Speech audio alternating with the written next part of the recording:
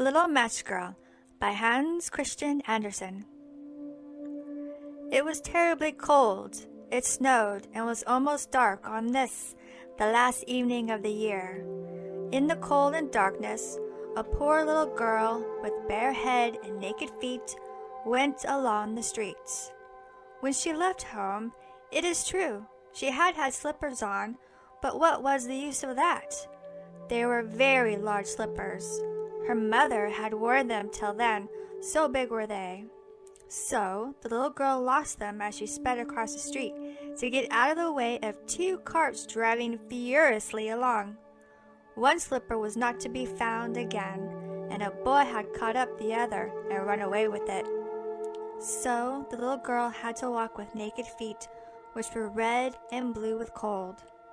She carried a lot of matches in a red apron, and a box of them in her hand. No one had bought anything of her the livelong day. No one had given her a penny.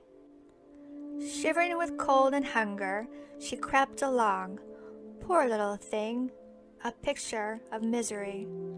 The snowflakes covered her beautiful fair hair, which fell in long tresses about her neck. But she did not think of that now. Lights were shining in all the windows, and there was a tempting smell of roast goose, for it was New Year's Eve. Yes, she was thinking of that.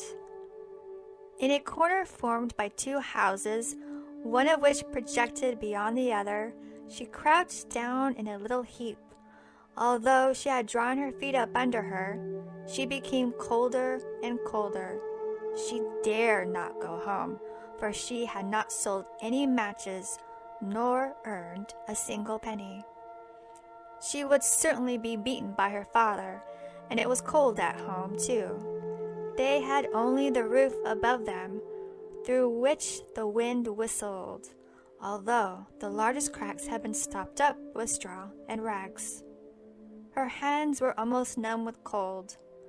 One little match might do her good, if she dared take only one out of the box, strike it on the wall, and warm her fingers. She took one out and lit it. How it sputtered and burned! It was a warm, bright flame, like a little candle, when she held her hands over it. It was a wonderful little light, and it really seemed to the child as though she was sitting in front of a great iron stove with polished brass feet and brass ornaments. How the fire burned up, and how nicely it warmed one!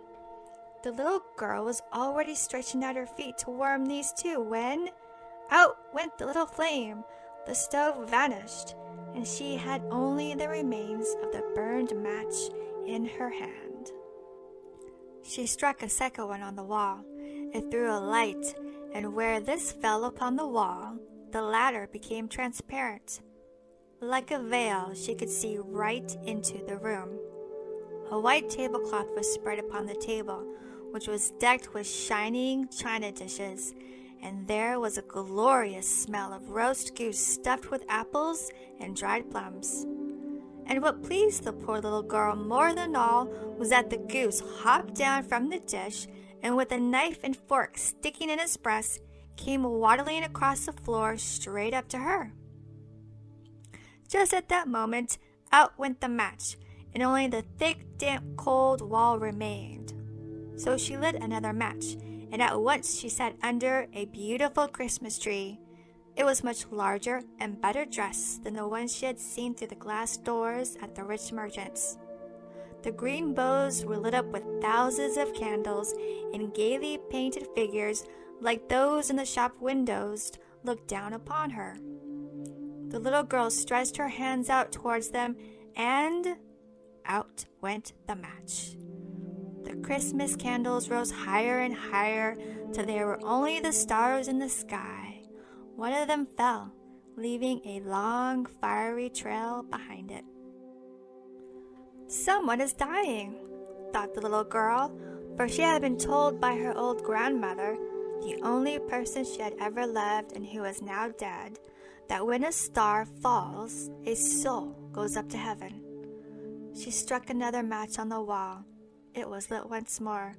and before her stood her old grandmother, all dazzling and bright and looking very kind and loving.